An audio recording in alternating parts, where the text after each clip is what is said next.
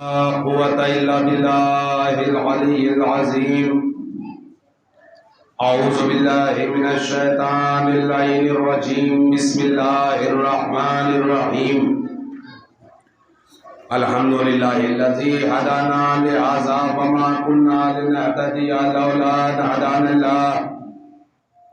لقد جاءت رسل ربنا بالحق. الصلاة والسلام والتحية والإكرام مولانا و مولا الثقلین جد الحسن والحسین ابی القاسم محمد وآلہ الطیبین الطاہرین المعصومین المظلومین ولعنۃ اللہ علی اعدائہم اجمعین. اما بعد فقد قال سبحانہ تعالی فی محکم کتابہ المبین وهو أصدق القائلين وقوله الحق. بسم الله الرحمن الرحيم. يا أيها الذين آمنوا أطيعوا الله وأطيعوا الرسول وأولي الأمر منكم. صلوات پڑھیں اسم اللہ.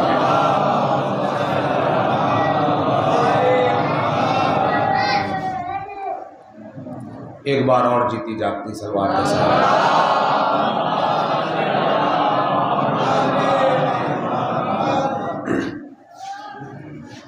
میرے محترم سامعین حضرات، سوگواران سید الشہداء، ماتم داران مظلوم کربلا، دعائے سیدہ نساء العالمین،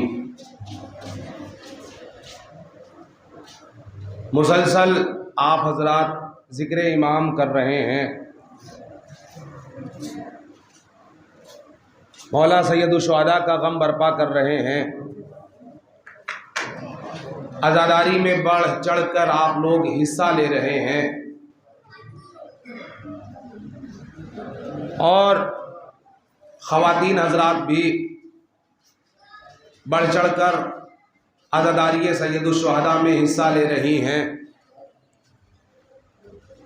جہاں محرم کا چاند دیکھا، مومنین کی آنکھیں نم ہو گئیں، آنکھوں میں آنسوؤں کا نذرانہ لیے ہوئے ہم اور آپ عزا کے فرش پر جمع ہو گئے تاکہ شہزادی عالمیان کی خدمت میں امام مظلوم کا پرزا اور اپنے وقت کے امام کی خدمت میں کربلا والوں کا پرزا پیش کیا جا سکے.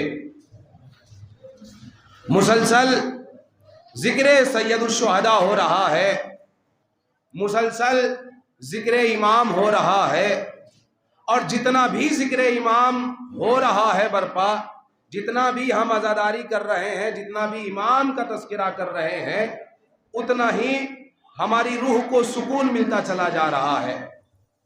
ہمارے غم دور ہوتے چلے جا رہے ہیں. کیوں؟ اس لیے کہ ان کا ذکر شفا ہے.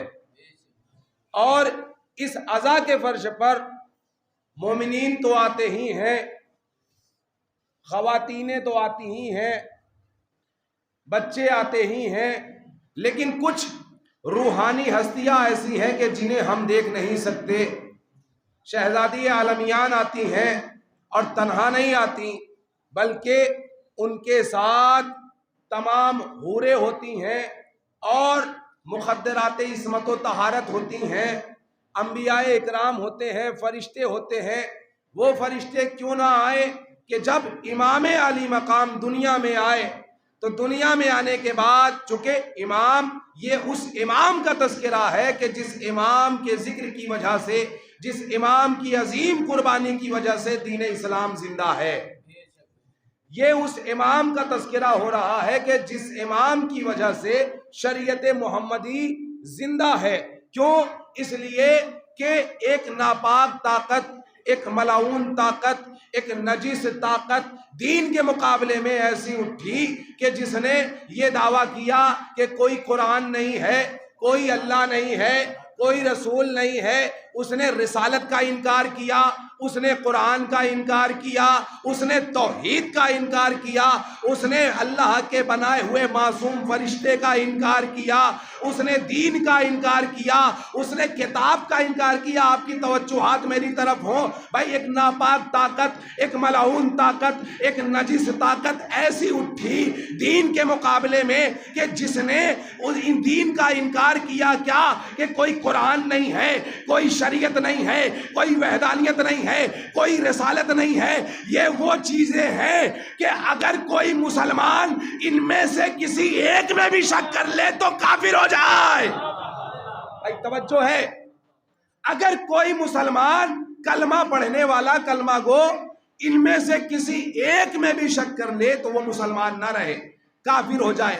لیکن امت اتنی گمراہ ہو گئی ہے کہ اسے تخت خلافت پر بیٹھا دیا اور شریعت کا وارث بتایا جا رہا ہے۔ دیکھیے تبلیغ دین ہو رہی ہے، شریعت کا وارث بتایا جا رہا ہے، اور کیا حلال محمدی کو حرام کیا جا رہا ہے، حرام محمدی کو حلال کیا جا رہا ہے۔ یہ مشن ہے کس کا؟ باطل طاقت کا، ایک نجس طاقت کا، ایک ملعون طاقت کا، کہ جو شریعت محمدی کے تقدس کو پامال کرنا چاہتی ہے، قرآن کی آیتوں کو جھٹلا رہی ہے۔ بھائی آج کے دور میں بھی کچھ اس جیسے نجس پیدا ہو گئے ہیں کہ جو قرآن کی آیتوں کو جھٹلا رہے ہیں۔ لیکن امام علی مقام نے میدان میں کربلا سے آنے سے پہلے مدینہ منورہ میں دربار ولید میں جا کر ایک سیرت قائم یہ کی۔ جب بیعت طلب کی جا رہی تھی شب کے سناٹے میں، رات کی تاریکی میں، بھائی دربار ولید میں مولا سے کہا جا رہا تھا کہ یزید کی بیعت کر لو، یزید کی بیعت کر لو۔ تو بے ساختہ فاطمہ کے لال نے ایک جملہ کہا کہ مجھ جیسا تجھ جیسے کی بیعت نہیں کر سکتا۔ بھائی قیامت تک آنے والی، یعنی مجھے جیسا، بھائی کہنے کی کیا تھا؟ مجھے جیسا، یہ کہتے تھے کہ میں حسین یزید کی بیعت نہیں کروں گا، لیکن امام کہہ رہے ہیں کہ مجھے جیسا، اس کا مطلب یہ ہے کہ قیامت تک بہت سی ایسی نجس طاقتیں اٹھتی رہیں گی جو کبھی قرآن کے اوپر بولیں گی، جو کبھی شریعت کے اوپر بولیں گی، اور امام یہ جملہ کہہ کر بتا رہے ہیں کہ قیامت تک اگر یزید اٹھے گا تو یزید کو مٹانے کے لیے حسین۔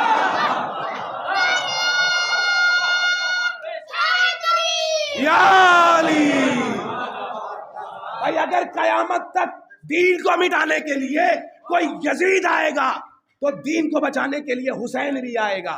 بھائی امام علی مقام کربلا کے میدان میں آنے سے پہلے بتا رہے ہیں کہ مجھ جیسا تو جیسے کی بیعت نہیں کرے گا، یزید جیسے کی بیعت نہیں کرے گا دربار ولید میں۔ اور تاریخ اسلام میں قیامت تک کے لیے جملہ لکھ دیا گیا اسلام کی پیشانی پر۔ اب جو بھی دیندار ہوگا وہ امام کے اس قول کی اتباع کرے گا، اطاعت کرے گا۔ بھائی معصوم کی شان یہ ہوتی ہے کہ اس کے قول کی اطاعت کی جاتی ہے، اس کی اتباع کی جاتی ہے۔ بھائی اب کوئی بھی بڑی سے بڑی طاقت آئے، وہ جو دین کو پہچانتا ہے، جو حسین کو پہچانتا ہے، جو حسین کی معرفت رکھتا ہے، وہ ہمیشہ دین کے تقدس کو باقی رکھنے کی کوشش کرے گا۔ اب آپ کربلا دیکھیے، ایک درسگاہ انسانیت کا نام ہے۔ درسگاہ انسانیت کا مطلب کہ انسانیت کا پیغام یہاں سے دیا جائے گا۔ یہاں حلال اور حرام کے بارے میں بتایا جائے گا کہ حلال کیا ہے اور حرام کیا ہے، بھائی نیک کون ہے اور بد کون ہے، صحیح کیا ہے اور غلط کیا ہے۔ یعنی آپ ہر وقت جو عزاداری سید الشہداء میں مسلسل عبادت کر رہے ہیں، سینہ زنی کر رہے ہیں، مرثیہ خوانی کر رہے ہیں، سلام پڑھ رہے ہیں، نوحے پڑھ رہے ہیں، آپ ذکر سن رہے ہیں، یہ جو ذکر ہے عزیزان ایمان، یہ ہماری فکروں میں انقلاب پیدا کرتا ہے۔ کیسا انقلاب؟ تاکہ ہم تدبر کر سکیں، تفکر کر سکیں، غور و فکر کر سکیں، سوچ اور سمجھ سکیں کہ صحیح کیا ہے، غلط کیا ہے۔ بھائی کربلا صرف یا حسین کہنے کا نام نہیں، کربلا صرف نوحہ پڑھنے کا نام نہیں ہے، بلکہ کربلا ہم سے کچھ چاہتی ہے۔ کیا چاہتی ہے؟ غور سے سنیں۔ کربلا انسانیت کو بیدار کر رہی ہے، انسانیت کے ضمیر کو جھنجھوڑ کر بتا رہی ہے کہ جب حسین 60 ہجری میں مدینے سے نکل رہے تھے تو یہ کہہ کر نکل رہے تھے کہ مجھ جیسا یزید جیسے کی بیعت نہیں کرے گا، مجھ جیسا یزید جیسے کی بیعت نہیں کرے گا۔ امام علی مقام کربلا کے میدان میں پہنچے، کربلا کے میدان میں اب یزید کا لشکر جمع ہو رہا ہے، دین کے خلاف یزید کا لشکر جمع ہو رہا ہے۔ یزید نے کیا دعویٰ کیا؟ کوئی قرآن نہیں ہے، کوئی کتاب نہیں ہے، کوئی شریعت نہیں ہے، کوئی قرآن نہیں ہے، کوئی کتاب نہیں ہے۔ امام علی مقام انتظار کرتے رہے، جب سب کا سب لشکر جمع ہو گیا، یعنی 9 لاکھ کی تعداد جب ہو گئی، تب فاطمہ کا لال بولا، خطیب منبر سلونی کا بیٹا بولا، خطیب نہج البلاغہ کا بیٹا بولا، اب خطبہ دینا شروع کیا، خطبہ دینا شروع کیا۔ اب جو خطبہ دیا تو ایک مرتبہ یزید کے لشکر سے امام مخاطب ہوئے، مخاطب ہو کے کہتے ہیں سن یزید، تو کہتا ہے کوئی قرآن نہیں آیا، مجھے اپنے باپ علی کی قسم اگر حسین لوگ نیزہ پر قرآن نہ سنا۔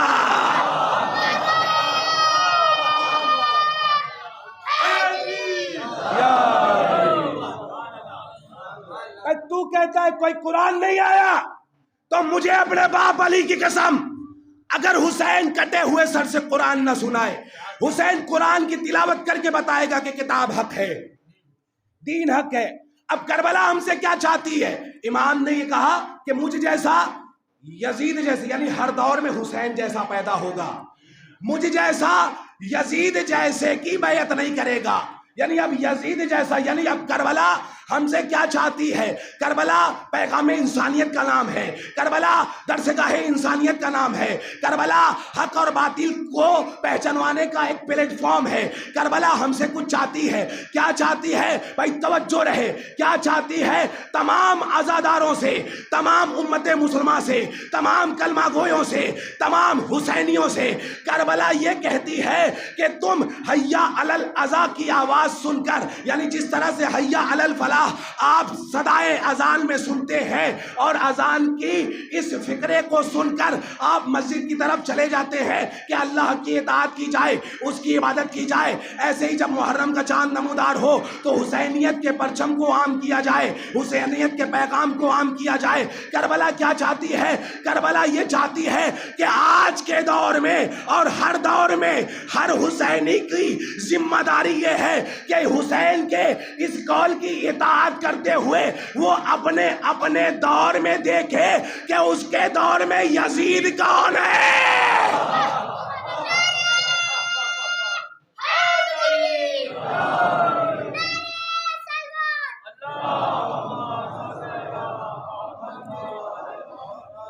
یعنی آج کی ذمہ داری یہ ہے ہماری، کربلا ہم سے یہ چاہتی ہے، یہ پیغام دے رہی ہے کہ آج کے دور میں ہم اپنے زمانے کے یزید کو پہچانیں۔ بھائی اس زمانے میں قرآن کو جھٹلانے والا یزید اٹھا، آج کے دور میں قرآن کی آیتوں کو جھٹلانے والا ایک یزید اٹھا۔ بھائی یزید ہے، بھائی وسیم لعنتی ہے اور لعنتی رہے گا، وسیم لعنتی ہے اور لعنتی رہے گا جو قرآن کے مقابلے میں آ جائے۔ بھائی قرآن کی آیتیں جھٹلانے والے ہمیں اس سے پہلے بھی ملے، جب شہزادی فاطمہ دربار میں اپنا حق لینے کے لیے گئی، شہزادی آیتیں سنا رہی تھی، وہ جھٹلا رہا تھا۔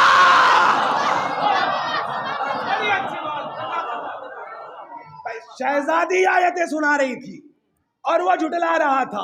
اس کا مطلب یہ ہے کہ یہ بنا ہوا سید ہے، کوئی رضوی نہیں ہے، اور ہم ایسے سید کو جو بنا ہوا ہوتا ہے اس پر 1000 بار صبح شام لعنتیں بھیجتے ہیں۔ ایک صلوات پڑھیں عظمت آل محمد۔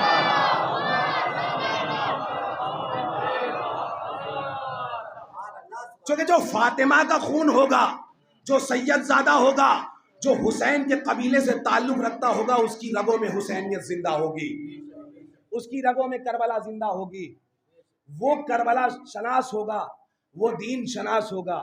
بھائی آپ بتائیں، آج کے دور میں لوگ کہتے ہیں امام نے نماز کے لیے قربانی دی، غلط کہتے ہیں۔ یہ کہہ کر امام کی شہادت کو لوگ محدود کر رہے ہیں۔ بھائی بڑی توجہ، یہ کہہ کر امام کی شہادت کو لوگ محدود کر رہے ہیں، جبکہ امام کی شہادت ہے لامحدود. امام کی شہادت لامحدود ہے، قیامت تک کی آنے والی نسلوں کے لیے قربانی دی ہے. درسگاہ انسانیت امت کی اصلاح کے لیے نکلے، خود امام کا جملہ ہے. امت کی اصلاح کے لیے امام نکلے ہیں مدینے سے، امت کی اصلاح کے لیے، درسگاہ انسانیت کو عام کرنے کے لیے حسین نکلے ہیں، تاکہ زمانہ پہچانے کہ حق کیا ہے اور باطل کیا ہے، اور ہر حقوق کو ادا کرنے کا نام حسینیت ہے. مطلب کہنے کا یہ ہے کہ کربلا یہ چاہتی ہے آج عزیزان ایمان ہم میں ہزار آپس میں نہ بنتی ہو، ہم میں ہزار آپس میں اختلافات ہوں، لیکن جیسے ہی محرم کا چاند نمودار ہوتا ہے تو ہم عزاداری سید الشہداء جب برپا کرتے ہیں، عزا کا فرش بچھاتے ہیں، تو جو آپس میں بچھڑے ہوئے ہوتے ہیں وہ ایک دوسرے کے پہلو میں بیٹھ جاتے ہیں آ کر. اس کا مطلب کیا ہے کہ یہ کربلا کی جو عزا ہے یہ ایک یونٹی قائم کر رہی ہے، یہ ایک اتحاد کا پیغام دے رہی ہے. یعنی امام بتانا یہ چاہ رہے ہیں کہ اگر تمہیں میری فرش عزا پر آنا ہے تو آپسی بھائی چارگی میں جو اختلافات ہیں اسے دور کر کے آؤ. بھائی یہ اس کی شایان شان کے خلاف ہے، حسینی کی شایان شان کے خلاف ہے، یعنی ہر عزادار کی شان کے خلاف ہے کہ وہ اپنے بھائی کا احترام نہ کرے اور پرچم حضرت عباس اٹھائے. بھائی بڑی توجہ، بڑی حساس بات ہے. یعنی علمداری کا حق اسے ہے کہ جو وفاداری جانتا ہو. بھائی سکا بننے کا حق اسے ہے کہ جو اپنے گھر میں بھتیجے اور بھتیجیوں کا حق پہچانتا ہو. بھائی آپ آپسی اختلافات کو بھلائیں. یعنی آج اتحاد بین المسلمین میں نے کل کہا تھا، اتحاد بین المسلمین ہو رہا ہے، لیکن ہمیں ضرورت ہے اتحاد بین المسلمین سے پہلے اتحاد بین المومنین ہونا. یعنی اتحاد بین المومنین ہوگا تو آپسی اختلافات ختم ہو جائیں گے. عزیزان ایمان ہمیں کربلا کے درس کو پہچاننا ہے، ہمیں یہ دیکھنا ہے کہ ہمارے زمانے میں یزیدی کردار کس کا ہے. ہمیں یہ دیکھنا ہے کہ ہمارے زمانے میں، ہمارے محلے میں، ہماری بستی میں، ہمارے شہر میں، ہمارے اسٹیٹ میں اس دور کا شمر کون ہے، اس دور کا یزید کون ہے، اس دور کا خولی کون ہے، اس دور میں ظالم و جابر کون ہے. عزیزان ایمان میں ہمیشہ ایک جملہ کہتا ہوں اور یہاں بھی کہے بنا خاموش نہیں رہوں گا. عزیزوں، دیندار بننا آسان ہے اور دین شناس بننا بہت مشکل. بھائی آپ دیندار نہ بنے، ہر انسان ممبر سے اور ہر جگہ مسجدوں سے یہ پیغام دیتا ہے کہ دیندار ہو جاؤ، دیندار ہو جاؤ، دیندار ہو جاؤ. میں کہتا ہوں نہیں، دیندار نہیں بلکہ دین شناس بنو. بھائی بڑی توجہ، دیندار نہیں بلکہ دین شناس بنو. اب آپ کہیں گے مطلب کیا ہوا؟ بھائی دینداری اور ہے، دین شناسی اور ہے. بھائی ضروری نہیں ہے کہ ہر حرکت کرنے والا انسان زندہ ہو، ضروری نہیں ہے کہ جس کی زبان چل رہی ہے وہ زندہ ہو، جس کا نفس چل رہا ہے وہ زندہ ہو، جو سانس لے رہا ہے وہ زندہ ہو. ہر حرکت کرنے والا زندہ نہیں ہے. بھائی دینداری اور ہے، دین شناسی اور ہے. مطلب یہ ہے کہ آپ دینداری کسے کہتے ہیں اور دین شناسی کسے کہتے ہیں. امام مدینہ منورہ میں ہے، لوگ کہتے ہیں نماز کے لیے قربانی دی. بھائی نماز قائم تو مدینے میں بھی ہو رہی تھی، مدینے میں امام نماز قائم کر لیتے اور نماز کی تمام فضیلتیں بیان کر دیتے. بھائی کس میں دم تھا کہ جو حسین کے قدموں سے مصلی چھین لیتا جس کے پاس عباس جیسا شیر ہو؟ بھائی کس میں دم تھا کہ جو حسین کے مقابلے میں آتا؟ لیکن عزیزان ایمان دینداری اور ہے اور دین شناسی اور ہے. حسین بتانا چاہتے ہیں بھائی نماز ادھر بھی ہو رہی تھی کربلا کے میدان میں، یزیدی لشکر بھی ہے اور سب لا الہ الا اللہ کہنے والے ہیں، محمد الرسول اللہ کہنے والے ہیں، سب زبان سے کلمہ لا الہ الا اللہ کہہ رہے ہیں، محمد الرسول اللہ ادا کر رہے ہیں، سب بظاہر دیندار ہیں. بھائی حاجی بھی ہے اور نمازی بھی ہے، حاجی بھی ہے نمازی بھی ہیں. عزیزان ایمان کربلا ہمیں بہت کچھ سکھا رہی ہے کہ ہر حاجی شریف نہیں ہوتا, ہر نمازی مسلمان نہیں ہوتا. بھائی بڑی توجہ, بھائی دینداری اور ہے, دین شناسی اور ہے. اور قریب کرتا ہوں بھائی, نماز کے وقت ادھر بھی نماز ہو رہی ہے, ادھر بھی نماز ہو رہی ہے, ادھر بھی سجدے کیے جا رہے ہیں, ادھر بھی سجدے کیے جا رہے ہیں. عزیزان ایمان آپ پہچانے کہ دیندار کون ہے. بھائی جنگے صفین میں سب کے سب مولا کے خلاف ہو گئے, جنگ صفین میں سب کے سب مولا کے خلاف ہو گئے, لیکن کچھ ایسے افراد تھے کہ جو دین شناس تھے, دین کو پہچان رہے تھے, اور امام کے ساتھ کھڑے ہو کر بتایا کہ ہم پہچانتے ہیں کہ دین کس طرف ہے. کربلا کے میدان میں امام علی مقام دین کا پیغام دے رہے ہیں, شریعت محمدی کو عام کر رہے ہیں. لوگ امام حسین کو پہچانتے نہیں ہیں, صرف جانتے ہیں, دین کو پہچانتے نہیں ہیں, صرف جانتے ہیں. دین ان کی زبان تک ہے, کردار میں نہیں ہے. ادھر نماز ہو رہی ہے, ادھر بھی نماز ہو رہی ہے, لیکن پتہ کیسے چلے کہ دیندار کون ہے, دین شناس کون ہے, کیسے معلوم ہوگا؟ ابھی تھوڑی دیر میں پتہ چلے گا کہ دینداری کسے کہتے ہیں, دین شناسی کسے کہتے ہیں. ادھر امام وقت کائنات کا امام گھوڑے پر سوار ہو کر میدان قتال میں آیا, خطبہ دینا شروع کیا. خطبے کا اثر کسی کے اوپر نہیں ہو رہا ہے, جبکہ سب کے سب حاجی ہیں, سب کے سب نمازی ہیں, سب کے سب لا الہ الا اللہ کہہ رہے ہیں, لیکن امام وقت کی باتوں کا اثر نہیں ہو رہا ہے, امامت کی باتوں کا اثر نہیں ہو رہا ہے. لیکن جہاں باتوں کا اثر ہو رہا تھا وہاں ہم نے دیکھا کہ پتھروں سے بھی خون ابلا, درختوں سے بھی خون اگلا. ارے کٹے ہوئے لاشوں سے آوازیں آئی, لبیک یا حسین, لبیک یا حسین. جہاں لوگ دیندار تھے, زبان پر صرف اور صرف کلمہ تھا, وہاں امام کا خطبہ سن کر لوگ خاموش رہے. لیکن جہاں دین شناس تھے, کٹی ہوئی گردنوں سے بھی لبیک یا حسین کہہ کر بتایا کہ ہم پہچانتے ہیں دین کہاں ہے. صلوات پڑھیں عظمت آل محمد پر.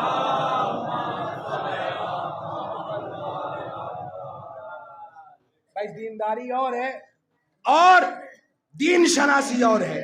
ہمیں دیندار نہیں بننا ہے, ہمیں دین شناس بننا ہے. تو آج کے دور میں جو قرآن و اہل بیت کی مخالفت کرے, سمجھ لو کہ وہ دین شناس نہیں ہے, دیندار ہے.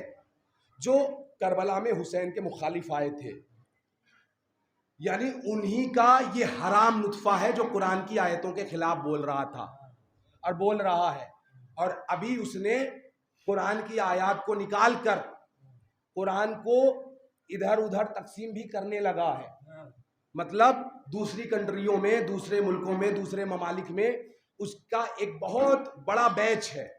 یعنی وہ تنہا نہیں ہے, بلکہ جس دور میں امام یعنی آج کا انسان اپنے دور کی کربلا میں کھڑا ہے, آج کا انسان اپنے زمانے کی, اپنے دور کی کربلا میں کھڑا ہے. اب کربلا اس سے کچھ چاہتی ہے کہ وہ پہچانے اصل شریعت کہاں ہے, اصل دینداری کہاں ہے, اصل حقیقی دین کا وارث کون ہے. بھائی جو قرآن کی آیتوں کو جھٹلا رہا ہے, دین محمدی میں ترمیم کر رہا ہے, اسے یہ خبر نہیں ہے کہ پردے میں ایک وارث قرآن بیٹھا ہے جو قرآن کی حفاظت کر رہا ہے.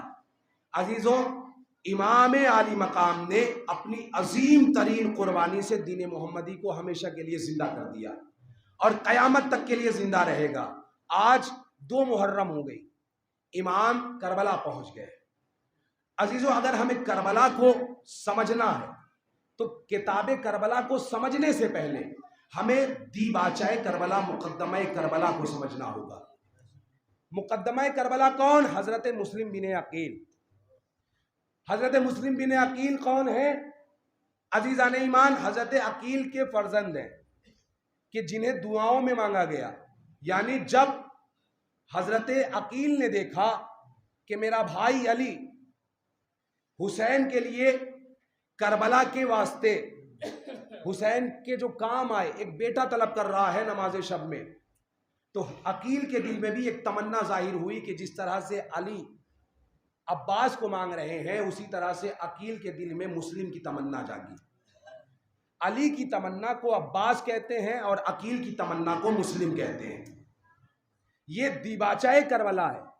عزیزان ایمان، یہ دیباچہ کربلا ہے، اور جناب مسلم کی اہمیت اور فضیلت کو سمجھانے کے لیے بس امام حسین کا ایک جملہ کافی ہے کہ جو خط امام نے حضرت مسلم بن عقیل کو دیا تھا لکھ کر کوفے والوں کے نام، کیونکہ کوفے سے امام کی خدمت میں، دیکھیے اس زمانے میں بھی صرف دیندار تھے، کہنے کے لیے زبان پر کلمہ تھا، یعنی امام بتا رہے، امام کے ہر عمل میں نصیحت ہوا کرتی ہے، امام کے ہر عمل میں، ہر مومنٹ میں نصیحت ہوتی ہے۔ اگر ہم غور کریں تو ہمیں اس سے ہزاروں سبق حاصل ہوگا، ہمیں درس ہوگا، جس سے انسانیت کی فکر بیدار ہوگی اور کربلا کا مشن آگے بڑھے گا۔ عزیزوں، امام پوری کائنات کو قیامت تک کے لیے دیکھتا ہے، مطلب کہنے کا یہ ہے کہ صرف اپنے ہی دور میں نہیں دیکھتا، بلکہ آنے والے دور میں کیا کیا ہونے والا ہے وہ دیکھ کر کوئی کام کرتا ہے۔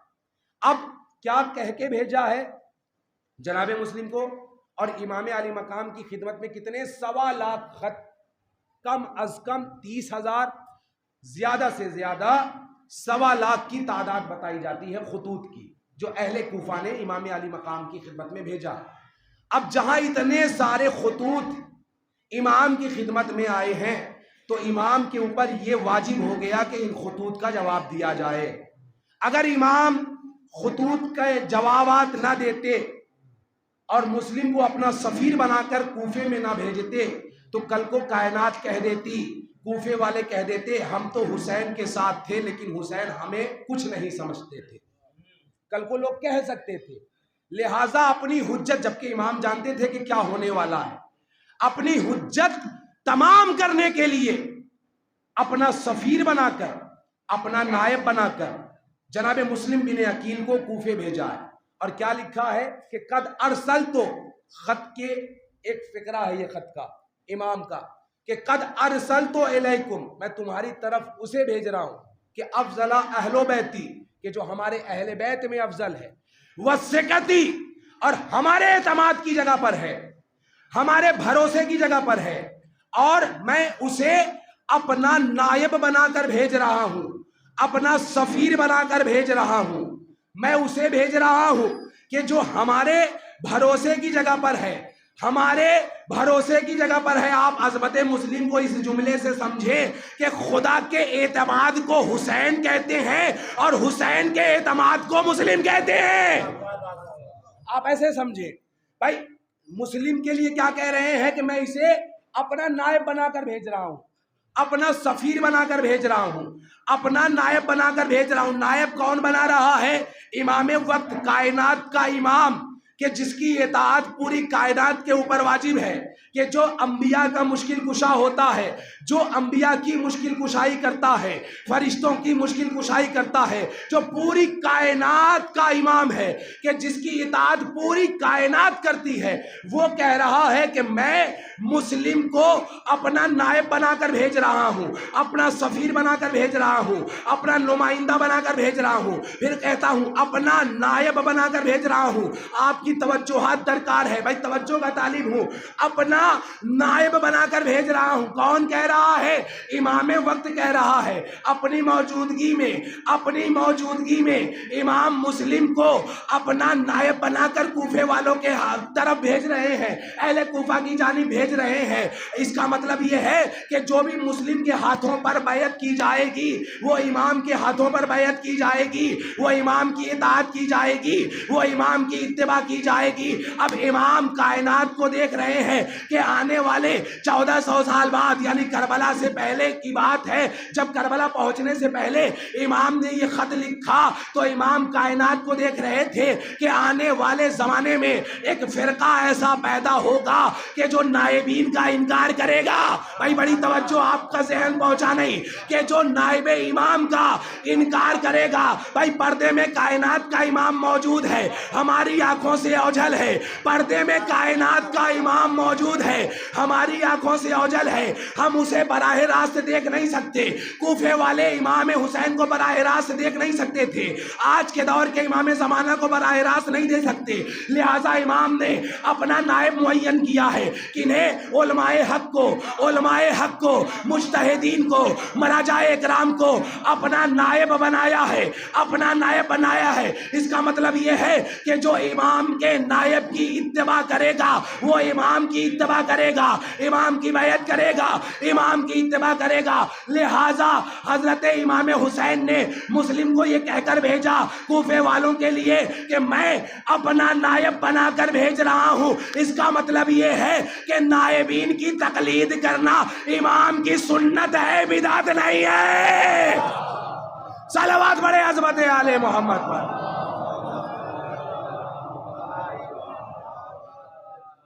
یہ جو آج مرجعیت کے خلاف بول رہے ہیں یہ ان کے لیے سبق ہے کہ امام اپنی موجودگی میں نائب بنا کر بھیج رہے ہیں۔ نائب بنایا ہے امام نے تاکہ دنیا پہچانے کہ نائب کی کیا حیثیت ہوتی ہے، نائب کسے کہتے ہیں۔ عزیزان ایمان، جناب مسلم کو لیکن پہچانا نہیں، چونکہ وقت زیادہ ہو چکا ہے، تاخیر ہو چکی ہے۔ جناب مسلم کی عظمت کو اور امام حسین کی عظمت کو لوگوں نے پہچانا نہیں، لوگ دین شناس نہیں تھے، لیکن جو دین شناس تھے وہ ایسے پرآشوب ماحول میں بھی جناب مسلم کے اوپر قربان ہو گئے، یعنی حضرت ہانی ابن عروہ انہوں نے پناہ دی، حضرت طاء انہوں نے پناہ دی۔ کیوں؟ اس لیے کہ وہ دین شناس تھی، دیندار نہیں، دین شناس تھی، وہ پہچانتی تھی کہ دین شناسی کیا ہے۔ ہانی ابن عروہ پہچانتے تھے کہ دین شناسی کیا ہے، دینداری اور ہوا کرتی ہے، دین شناسی اور ہوا کرتی ہے۔ عزیزان ایمان، آج 2 محرم ہے، امام علی مقام کربلا کے میدان میں آج پہنچ گئے، امام کا ورود ہے۔ لیکن تاریخ بیان کرتی ہے کہ جب امام عراق کی سرزمین پر پہنچے، کربلا معلی میں جیسے ہی دخول ہوا ہے تو جو امام کی سواری تھی وہ اپنا قدم آگے نہیں بڑھا رہی۔ تاریخ نے لکھا کہ امام نے اپنی سواری بدلی، اپنا رہوار بدلا، دوسرے رہوار پر سوار ہوئے، لیکن وہ سواری بھی آگے نہیں بڑھتی۔ امام نے پھر سواری بدلی، تاریخ تکرار کرتی ہے کہ 7 سواریاں امام نے بدلی لیکن سواری آگے نہیں بڑھتی۔ عزیزوں، جب سواری آگے نہیں بڑھی تو ایک مرتبہ امام اپنی سواری سے نیچے اترے اور وہاں کی کیفیت الگ تھی۔ جناب زینب کا بیان ہے، تاریخوں میں وارد ہوا ہے کہ شہزادی زینب جب اس مقام پر پہنچی تو ان کا دل بہت تیزی سے مضطرب تھا، بے چین تھا، عجیب کیفیت تھی۔ تاریخ میں یہ بھی وارد ہوا ہے کہ شہزادی کے سر پر جو چادر تھی وہ اپنے آپ سرک کر دوش پر آ گئی۔ شہزادی کہتی ہے ایسا کبھی پہلے میرے ساتھ نہیں ہوا کہ میں نے پردہ سر پر رکھا ہوا ہے اور اپنے آپ سر سے پردہ ہٹ کر کاندھے پر آ گیا۔ شہزادی تڑپ گئی اور کہنے لگی پروردگار ہمارے پردے کی خیر ہو۔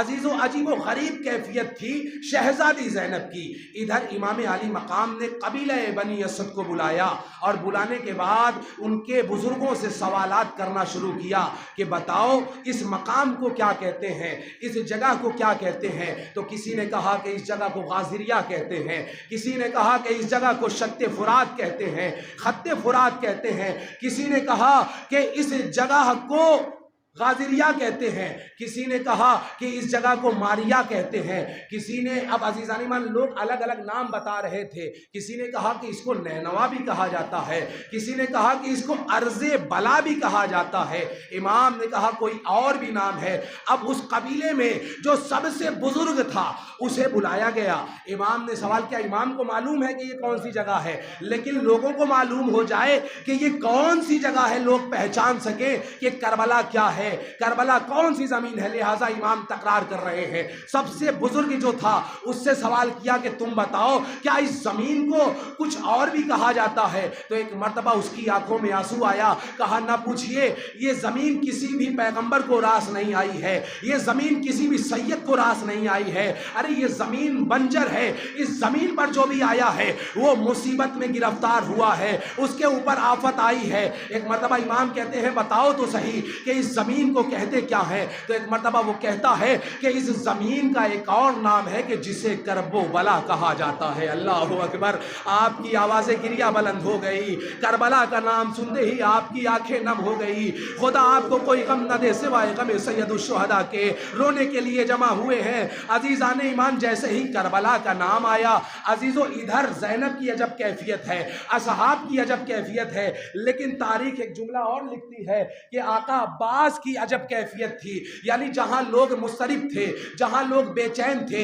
جہاں لوگ پریشان تھے، وہاں عباس کی آنکھوں پر، عباس کے چہرے پر ایک عجب کیفیت تھی۔ کیفیت کیا تھی؟ یعنی اب تک جب بھی کوئی مصیبت آل محمد پر آئی تھی تو عباس کو جلال آ جاتا تھا، اور جب عباس کو جلال آتا تھا، یعنی جب مولا کائنات کے سر پہ ضربت لگی تو ایک مرتبہ عزیزان ایمان مولا امام حسین ہے اور مولا امام حسن ہے، کربلا کا آنکھوں میں منظر ہے، باپ دنیا سے رخصت ہو گیا ہے، اور آقا عباس ہے کہ جو جذبہ لیے ہوئے ہیں کہ میں انتقام لوں گا، لیکن یہ کہہ کر خاموش کیا گیا کہ عباس ابھی کربلا نہیں آئی ہے، ابھی کربلا نہیں آئی ہے۔ عزیزان ایمان، ایک مرتبہ جب امام حسن دنیا سے رخصت ہوئے اور جنازہ گھر سے باہر نکلا، جنازے پر تیروں کی بارش ہوئی، تو ایک مرتبہ آقا عباس کو جلال آیا، ہاتھوں میں تلوار لیے ہوئے گھر سے باہر نکل گئے۔ اب اس موقع پر بھی یہ کہہ کر روکا گیا،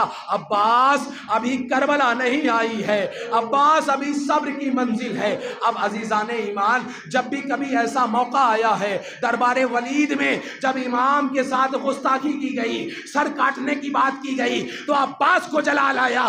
امام عالی مقام نے کاندھے پر ہاتھ رکھا، کہا عباس ابھی کربلا نہیں آئی ہے۔ آپ ذرا سوچے تو، جو بار بار کربلا کا انتظار کرتا ہو کہ آخر کربلا کب آئے گی، اب ایسا موقع ہے کہ 2 محرم ہے، امام کہہ رہے ہیں کہ یہ زمین کربلا ہے۔ آقا عباس کے دل کو تسلی ہوئی، اب کس میں ہمت ہے کہ جو میرے آقا کی طرف نظر اٹھا کر دیکھے، اب کس میں ہمت ہے کہ جو میرے حسین کی طرف نگاہ غضب اٹھا کر دیکھے۔ عباس کے ہوتے ہوئے اب کوئی بھی حسین کی طرف آنکھ نہیں اٹھا سکتا۔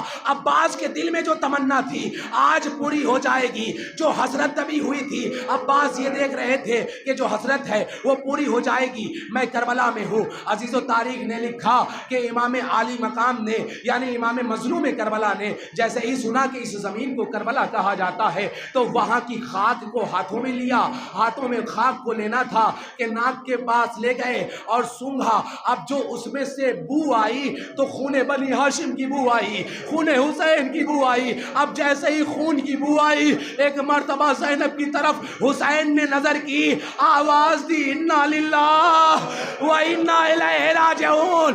ارے زینب نے اپنے سر پہ ہاتھ رکھا، کہا بھیا خیریت تو ہے، یہ کون سی جگہ ہے؟ آپ نے کلمہ راجعون کیوں پڑھا؟ ایک مرتبہ زینب سے حسین کہتے ہیں، اے زینب، ارے یہ وہی جگہ ہے کہ جہاں پر تمہارا بھائی قتل کیا جائے گا، ارے یہ وہی جگہ ہے کہ جہاں پر علی اکبر کلیجے پر برچھی کھائے گا، یہ وہی جگہ ہے کہ جہاں پر میں قاسم کے پامال لاشیں اٹھاؤں گا۔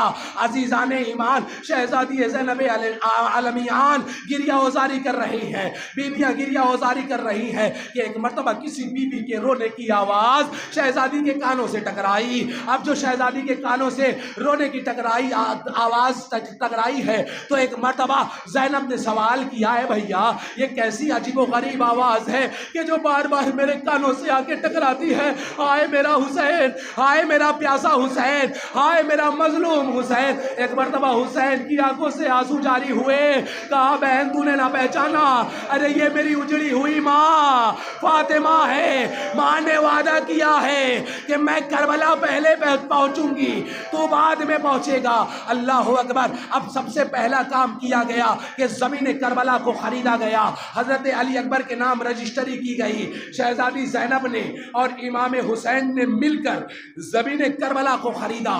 زمین کربلا 60,000 درہم میں خریدی گئی، علی اکبر کے نام خریدی گئی، قبیلہ بنی اسد کے لوگوں کو جمع کیا گیا،